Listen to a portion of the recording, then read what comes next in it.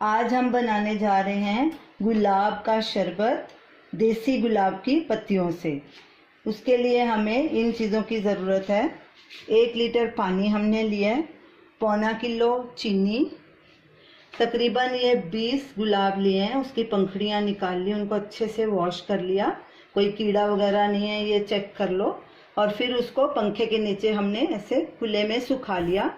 गुलकंद 5 tablespoon और छोटी इलायची का पाउडर 1 टीस्पून। तो चलिए शरबत बनाना शुरू करते हैं। गैस जलाएंगे। गैस को अभी हम फुल पे रखेंगे। पानी डालेंगे और चीनी डालेंगे और उबाला आने देंगे। इसकी हमने एक तार की चाशनी बनानी है और लगातार इसको स्टर करेंगे ताकि चीनी अच्छे से डिज़ोल्व हो जाए। चीनी डिज़ोल्व हो गई है। अब हम इसमें गुलकंद और छोटी इलायची का पाउडर डालेंगे और एक तार की चाशनी बना लेंगे। गुलकंद का भी इसमें फ्लेवर आ जाएगा और इलायची का भी आ जाएगा। और गैस को मीडियम पे करेंगे। ये गुलकंद भी होममेड है, इसका वीडियो लिंक स्क्रीन पर दिया गया है, आप उसमें देख सकते हैं। चाशनी हमारी गाढ़ी हो चुकी है, एक तार की चाशनी बन चुकी है। अब हम गैस को करेंगे बंद और इसको नीचे उतारेंगे। अब इसमें हम ये रोज़ पेटल्स डालेंगे और इसको अच्छे से स्टर करेंगे। इसको ढक के रख देंगे 6-8 घंटे के लिए।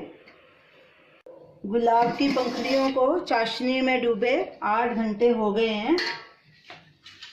इसको अब चेक करते हैं, मिक्स करेंगे और इसको छान लेंगे।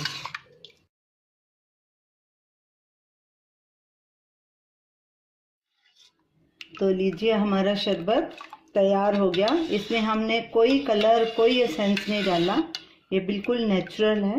ये देखिए कलर भी इसका कितना अच्छा है। अब इसको हम बॉटल में भर लेंगे।